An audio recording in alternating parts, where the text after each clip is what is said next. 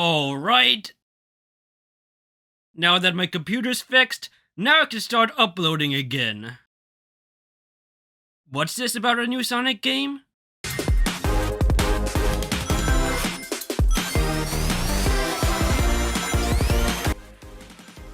Well shit. Sonic Superstars is the next 2D Sonic game that is due to come out fall of this year. It will feature new power-ups, new ways to traverse, as well as give you the option to play with friends. Since my last Sonic video did so well, I figured, why not do one about this game? By the way, I noticed that many of you guys have checked out my videos and still haven't subscribed. So be sure to leave a like, share this video with friends, and be sure to subscribe. It only takes a few seconds, and it really helps the channel out. This game was revealed at Summer Game Fest, and while there, people had a chance to play it. The first reactions have been nothing but positive, as those that play it says it feels in line with the Genesis games and Mania, with it improving and expanding upon what was in those games. Despite the glowing reception the game received so far, I'm still a bit cautious about this one, for several reasons. For starters, let's remind ourselves who we're dealing with here. Sega. Putting my personal opinion about Frontiers aside, that game has been both a critical and commercial success, with a lot of people liking it and it selling over 3.5 million units, as well as gaining the trust of a lot of people. However, history has shown that Sega could drop the ball with Sonic no sooner than the next game. Such was the case with the game that followed generations, Lost World. But know this game isn't being developed by them. It's being developed by another studio called Orzest. Yeah, and you wanna know what they helped make? Balan Wonderworld, one of the worst games of all time. Granted, I don't really blame them for how that game turned out. From what I could tell, a lot of that game's problems were because of Yuji Naka, who also worked with Sonic before. Anyways, Sonic Team has worked with other studios on Sonic games before, and they still weren't good. Need I remind you of the Sonic 4 games? Or what about the Sonic 3 and Knuckles port for Origins? Part of the reason why it was a mess was because of them. For crying out loud!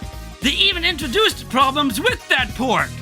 While it is cool they're giving you the option to play with 4 players in the main campaign, I have my reservations about it. They gave you the option to play through the main campaign with 2 people in Mania, and it was horrendous. The screen only follows the first player, and if you go too fast, you'll leave the second player behind, and it'll take a while for them to respawn.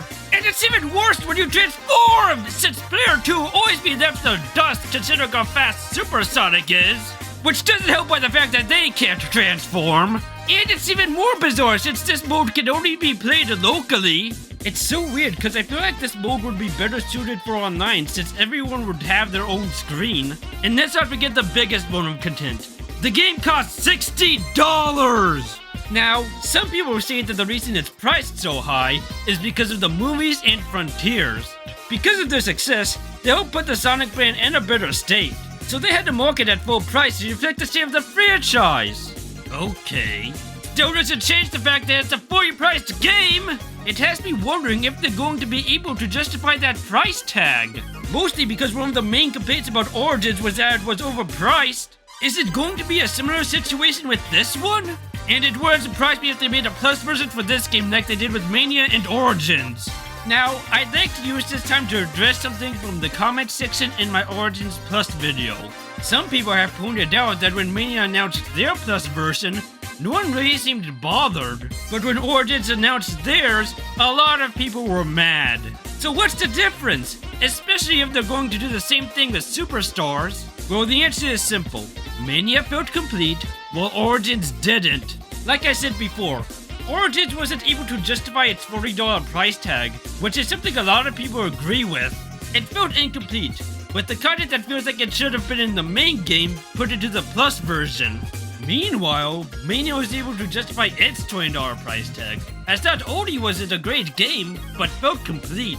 The Plus version added on top of that by giving us new characters and new modes. I was expecting the bare minimum with Origins Plus, which was for the Game Gear games to function properly.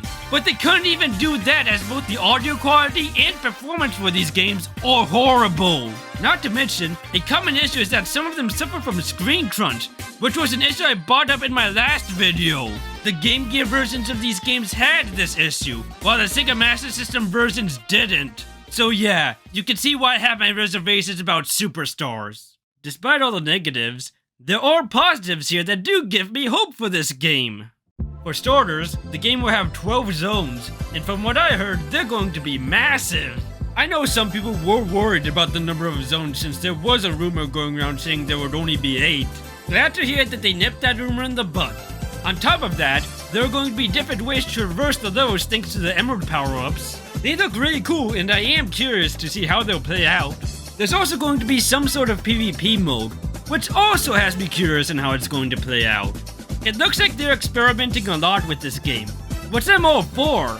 There also might be alternate costumes as Amy will be receiving one that resembles her modern counterpart. It's also nice seeing Fang again. I really like how Sega is bringing back these basically forgotten characters from Sonic's heydays. We also gotta talk about the graphics since they look incredible, with the animation looking equally as impressive. I really like how expressive Sonic is in this game. And it looks like they're taking full advantage of the 2.5D art style.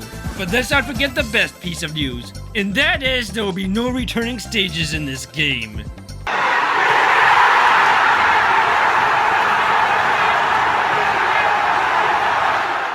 While there's a lot to love and be excited about, there are warning signs that leave me concerned. My advice? Wait until the reviews come in before buying it. And don't worry, I'm going to be reviewing this game when it comes out. Hopefully I can get my review of Sonic Frontiers out before then. I have to play through that game a third time to record gameplay for it. The last 2 times I did that, my computer died and messed up all the footage. I really hope I don't have to play through that game a 4th time. But anyways, let me know what you guys think of Superstars. Are you excited for it? Or are you cautious about it like I am? Leave your thoughts down below. And until then, I'll see you next time.